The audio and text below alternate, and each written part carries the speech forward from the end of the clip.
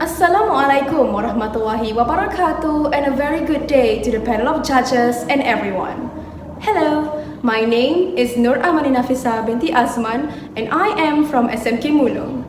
And today I will be talking about a topic that is very close to us, which is the impact of social media on relationships. As we all know, social media is widely used around the world. Everyone uses social media and is on the internet all the time.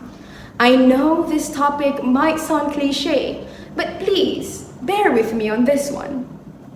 You can find a lot of things on the internet. Everything is on social media, which means there will be kids that are exposed to things on the internet, and most of the time it won't be a good experience for them. Making the matter worse is that the more time that is spent on social media will drive to cyberbullying, social anxiety, depression, and exposure to not age-appropriate content. Regarding to this point leads to social media promoting other negative experiences such as inadequacy about your life or appearance, for example, insecurities, negative body image, and setting up very unrealistic expectations. Social media can take up a lot of energy, time, and attention as well, which means it requires a lot of work to maintain the relationship online. Again, by setting up unrealistic expectations, especially for teenagers where most of them expect all relationships to be perfect. And it's easy to manage when in reality, it is quite the opposite. People would often relate a lot on this part when it comes to friendships. Nowadays, we can see a lot of people struggling with maintaining their friendships online, but it might have been difficult for them to try and match their counterpart's schedule or time so that they could spend some time talking or being with each other. Moreover, excessive usage of social media could lead to decreasing quality time and relationship satisfaction. Spending too much time on the internet could lead to a person not being able to interact or communicate with people in real life because they are focusing too much of their time on their online partners. Furthermore, overuse of social media can change a teen's brain to constantly seek out immediate gratification, leading to obsessive, compulsive, and addictive behaviors. I am also going to touch on some privacy matters. There are two kinds of people on the internet.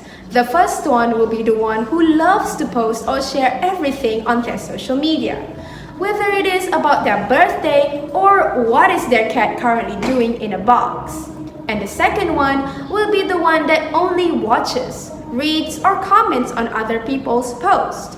These people don't usually share a lot of things on the internet, but they will be the first ones to watch or view other people. So based on this, we know that sharing too much on the internet could lessen intimacy in a relationship.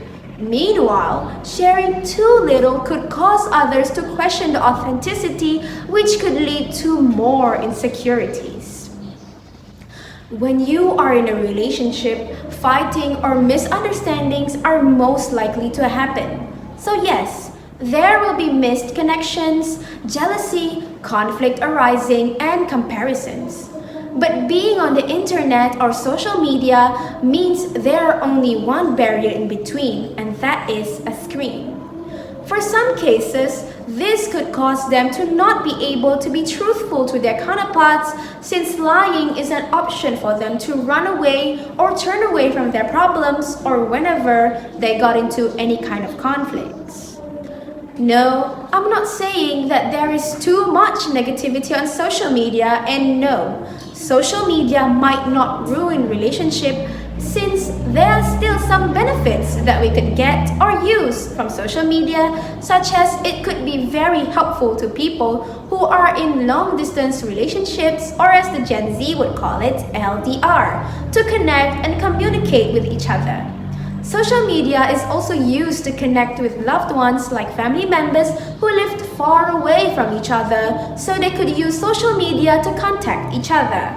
And this also helps people to communicate with more people who share similar interests, for instance, discussing current trending topics or viral news on the internet, which could be very helpful to introverts or people that are unable to talk or communicate with people in real life. In a nutshell, we as a user of social media should be more wise in managing relationships online. With that, I end my speech with a saying, social media is about sociology and psychology more than technology. So that is all for me. Thank you very much for lending me your ears. I am Nafisa Azman.